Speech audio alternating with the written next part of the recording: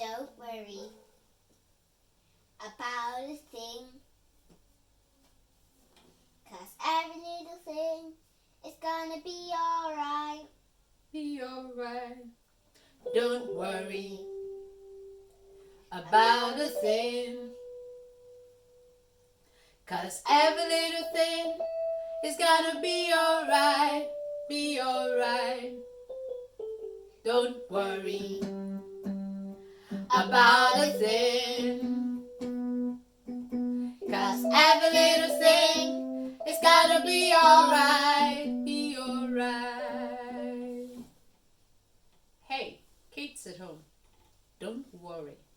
Every little thing is going to be alright in the season of a new normal. Let's go and read.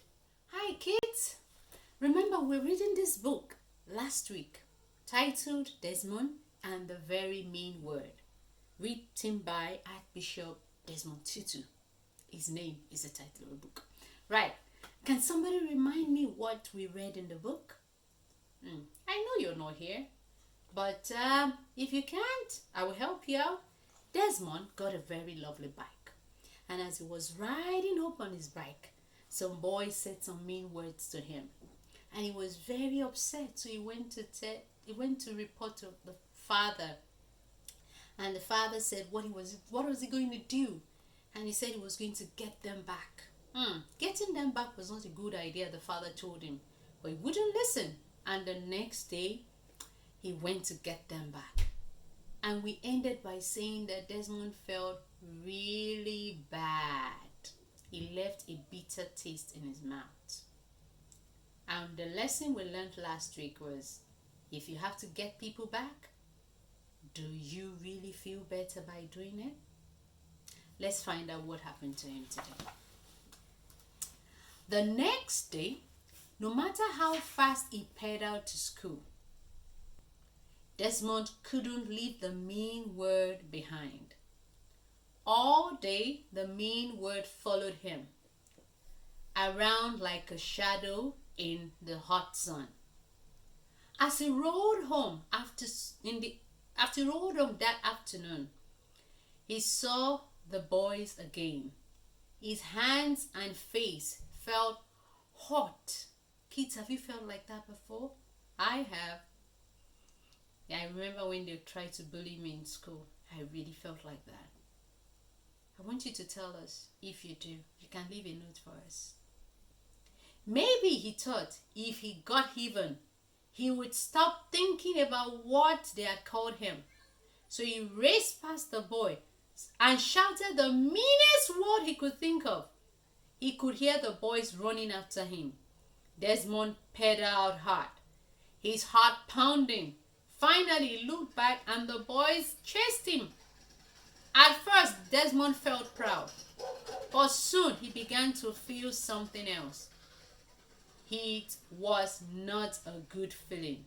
The mean word had left a bitter taste in his mouth. Remember, that was a picture we showed you last week. After school the next day, Desmond went to Father Trevor. "Are you feeling any better, Desmond?" Father Trevor asked, as he sat on the floor playing marbles with the children. Desmond shook his face from side to side and frowned. "When people say mean words to us, we often feel ashamed of who we are," Father Trevor said. "They can make us feel a little less lovable, but we aren't," lowering his face close to the floor. Father Trevor lined up one of the smallest marble on the chalk circle. "Desmond, everything we do matters. If we smile, if we frown, if we say something nice or something mean." Father Trevor flickled the big marble with his thumb and hit the smaller one out of the circle. "When we hurt someone," Father Trevor said as he got up, "it hurts us too." I'll repeat that, kids. When we hurt someone, Father Trevor said as he got up. It hurts us too. That night, Father Trevor dropped in to see Desmond's parents. Desmond carried a pot of tea into the living room and then went upstairs. Usually, he would try to listen to what the adults were saying, but that night, he just wanted to be alone. Sitting at the doorstep, Desmond looked at the starry sky and an empty arch in his chest. He thought he could even see the mean word written on the face of the moon. I can't see it. Desmond was saying the mean word. Then, that very nice bicycle you have, Father Trevor said as he sat down next to Desmond. The black paint glittered in the moonlight. Can you see Father Trevor and Desmond and his bicycle? They're having a chat. Desmond had forgotten to show his bike to Father Trevor. It didn't matter now. He just shrugged and turned his back. He didn't want to talk, not even to Father Trevor.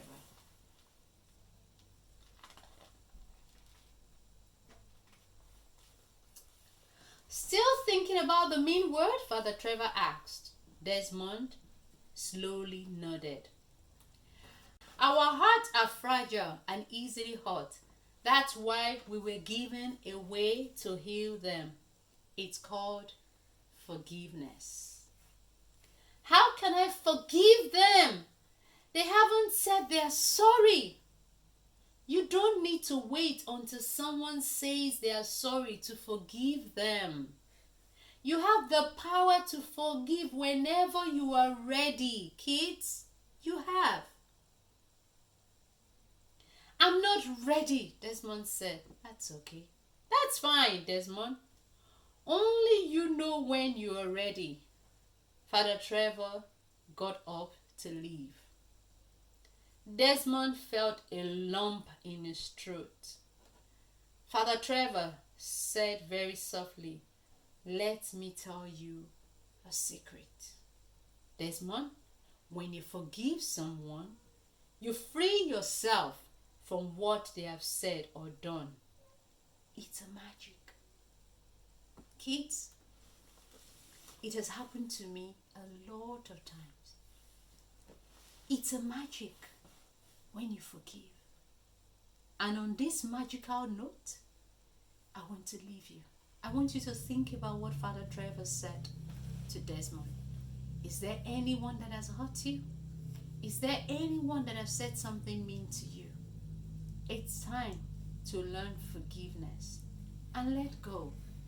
They don't have to say sorry to you. But whenever you forgive, you free yourself from the hurt it would have cost you. And it's a magic. Next week, we'll see whether Desmond listened to Father Trevor and what he did. And until then, bye-bye on Reading on John, and we'll see you next time.